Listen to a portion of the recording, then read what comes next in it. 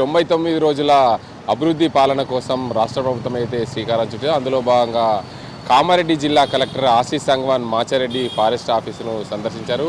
అక్కడ అభివృద్ధి కార్యక్రమాలకు సంబంధించి అడిగి తెలుసుకున్న పరిస్థితి నెలకొంది. నిజామాబాద్ జిల్లాలో పిసిసి అధ్యక్షుడు మహేష్ కుమార్ గౌడ్ పర్యటిస్తున్నారు. ప్రత్యేకంగా రంజాన్ తోఫా కిట్లను పంపిణీ చేశారు బాబన్ సాబ్ పహార్లో.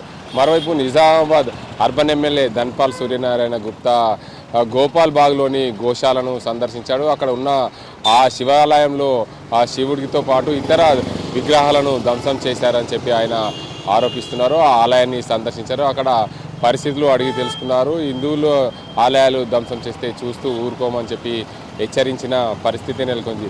మాజీ మంత్రి బాల్కొండ ఎమ్మెల్యే వేముల ప్రశాంత్ రెడ్డి వీడియో సందేశాన్ని పంపించారు. ఎర్రజొన్న రైతులకు నేను అండగా ఉంటాను, ఎర్రజొన్న కంపెనీలన్నీ కూడా సిండికేట్ అయ్యాయి, దానికి సంబంధించి రాష్ట్ర ప్రభుత్వము చొరవ తీసుకొని ఈ సిండికేట్ కాకుండా చర్యలు చేపట్టాలని చెప్పి జిల్లా కలెక్టర్కు సూచించి రాష్ట్ర ప్రభుత్వానికి విన్నవించిన పరిస్థితి నెలకొంది.